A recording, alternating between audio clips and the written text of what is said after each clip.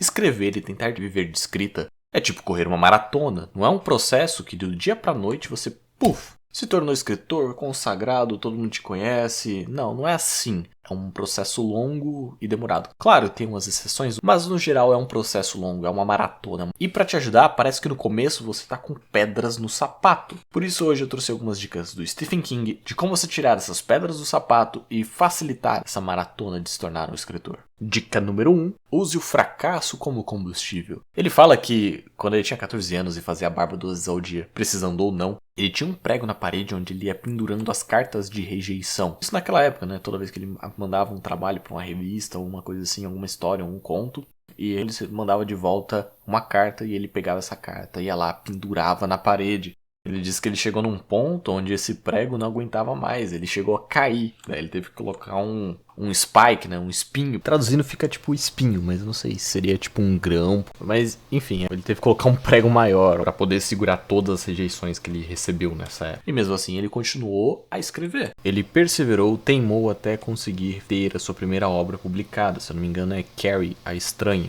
Isso, claro, tem todo o contexto da época dele, de que você só publicava por editora. Ele tinha um privilégio de estar nos Estados Unidos, né? Aqui no Brasil é muito mais complicado de você ser publicado por editora. Mas, para nossa vantagem, escritor independente, é que hoje em dia a gente consegue publicar na Amazon. Esse processo de publicação independente se tornou muito fácil hoje em dia, pelo menos na parte de e-book. Você não tem que passar por todo esse processo de falha e rejeição. Claro que essas falhas e rejeições contribuíram para ele ter que melhorar, porque ele, recebeu a carta de rejeição, ele era teimoso, ele falou, vou fazer melhor. Ia lá, fazia um novo texto melhor do que o anterior. Esse processo de ser difícil de publicar e ter uma alta rejeição acaba fazendo um processo onde só os melhores escritores realmente se destacavam. Mas isso ainda acontece na Amazon, porque muita gente vai lá, publica um livro, vê que não tem nenhum resultado e desiste. Mas se você continua persistindo, publica um livro, não deu resultado, publica o segundo, não deu resultado, o terceiro, o quarto, o quinto, o sexto, e nesse processo você está aprendendo como melhora o seu próximo livro, aprendendo a divulgar melhor, uma hora você vai acabar acertando e vai ter o resultado que você quer. Então essa persistência, essa determinação para se tornar um escritor melhor que o King teve lá atrás,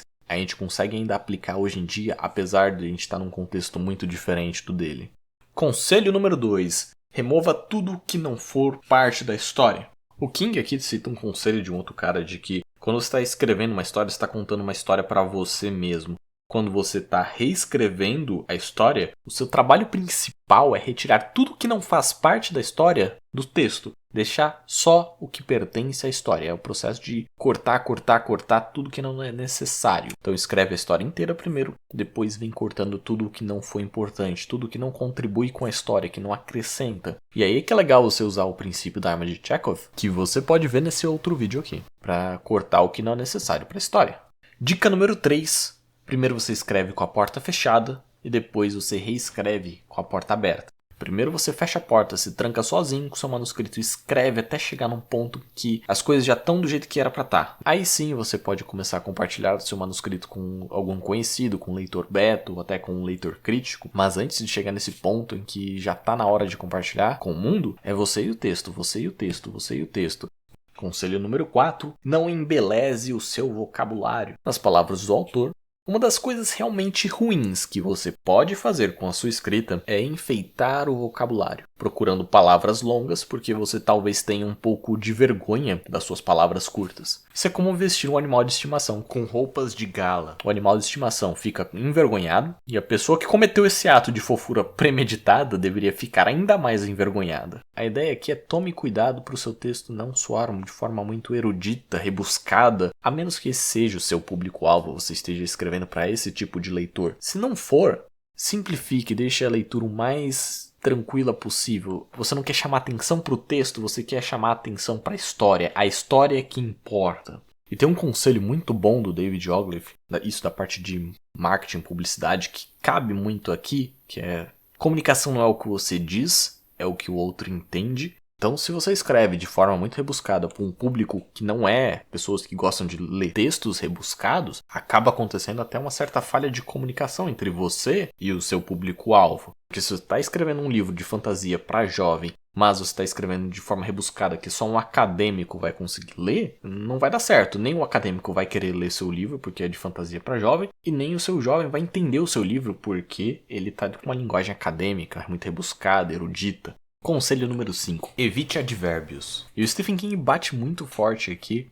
Ele diz: eu acredito que a estrada para o inferno é pavimentada com advérbios e eu vou gritar isso dos telhados. Para colocar de outra forma, eles são como dentes de leão. Se você tem um em seu gramado, ele parece bonito e único. Se você não conseguir arrancá-lo, no entanto, você encontra 5 no dia seguinte, 50 no dia seguinte. E então, meus irmãos e irmãs, seu gramado está total, completamente e prodigamente coberto de dentes de leão. E a essa altura você os vê como as ervas daninhas que eles realmente são. Mas a essa altura gaspe, tarde demais.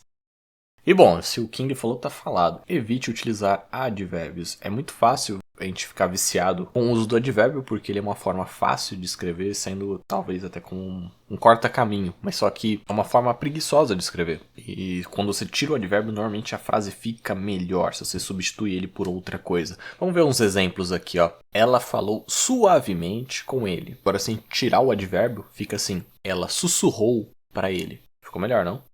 Ele fechou a porta bruscamente. Sem o advérbio, ele bateu a porta. A frase fica mais curta e mais forte. E mesmo se eu tentar falar a primeira frase com mais força e mais raiva, ele fechou a porta bruscamente. Como a frase acabou se prolongando por tempo demais, ela acaba perdendo a força. Claro que nem sempre você vai conseguir reformular a frase de modo a conseguir retirar o advérbio, mas sempre que possível, tente. A sexta dica é que parágrafos são mapas de intenção. Você pode dizer, mesmo sem ler, se o livro que você escolheu é fácil ou difícil, certo? Livros fáceis contêm muitos parágrafos curtos, incluindo parágrafos de diálogo, que podem ter apenas uma ou duas palavras, e muito espaço em branco. Parágrafos são quase tão importantes pela aparência quanto pelo que dizem. Eles são mapas de intenção. O que raios ele quer dizer com essa coisa de mapas de intenção? Pensa assim, ó, a estrutura e o posicionamento de um parágrafo comunicam como queremos que o leitor se sinta ou que a gente quer que ele perceba. Então, se a gente quer que ele imagine que o nosso texto é fácil, talvez a gente comece com uns parágrafos curtos para ele falar: esse texto aqui é fácil de ler. Isso é muito válido pra gente no Brasil, que a gente não tem muito hábito de leitura. Então, se a gente escreve difícil, a pessoa já não tem o hábito de ler. Ela vai pegar o texto, tem 3 blocos enormes, ou às vezes tem um bloco único na página inteira. A pessoa vai desistir. Mas se o seu livro começa fácil, tem um parágrafo curto, 2 outros curtos, um pouquinho mais longo, um diálogo, uma descrição um pouquinho mais longa, um outro curtinho, 2 curtinhos, 3 curtos, um médio. Vai brincando com essa estrutura, a forma do texto, ele fica um texto mais convidativo. Você está convidando a pessoa a entrar na sua história. Você está facilitando a leitura do seu texto. Sabe quando a pessoa vai pular na piscina e ela coloca a ponta do pé na água para ver se a água está quente ou fria? Se a água está fria demais, se ela começa com um parágrafo muito grande, a pessoa já vai desistir de entrar na piscina. Mas se ela está meio morna assim, ela, dá para entrar. Pode ser que realmente quando ela entrar lá no fundo esteja realmente frio, mas ela já molhou, já está lá dentro, não vai sair, sabe? Ela já entrou na história. Vamos visualizar isso aqui, né? Um exemplo prático. A gente consegue usar parágrafos curtos e fragmentados para aumentar a tensão, criar um ritmo mais rápido. O som veio de novo, mais perto. Agora era impossível ignorar, porque a gente vai ritmando a história com esse parágrafo curto, o negócio vai ficando tenso, a gente quer saber o que vem a seguir. Já os parágrafos mais longos e detalhados, eles servem para momentos de descrição ou introspecção. O sol poente atingiu o céu com tons de laranja e púrpura, enquanto as ondas batiam suavemente nas rochas, produzindo um som ritmado que parecia a própria respiração do mar. Tudo estava calmo, mas ele sabia que a tempestade estava por vir.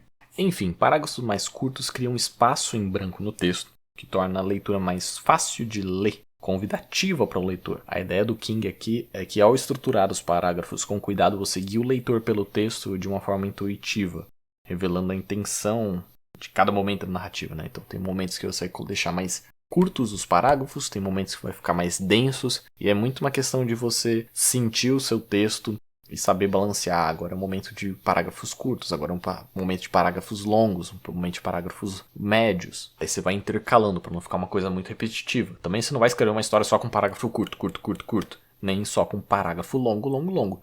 É aquela ideia de um longo, um curto, um médio, um longo, um curto, curto, um longo, um médio, um curto. Entendeu? E por último, para fechar aqui com chave de ouro, uma escrita verdadeira muitas vezes incomoda as pessoas. Se você pretende escrever com a maior sinceridade possível, seus dias como membro da sociedade educada estão contados. Aquela ideia de que a melhor escrita é crua e pessoal. Os leitores eles querem histórias reais de pessoas reais. Então, se você pretende escrever de verdade, prepare-se, porque alguém vai ficar incomodado. Não dá para agradar todo mundo. O importante é ser honesto e contar a sua história, mesmo que ela cause umas caretas por aí.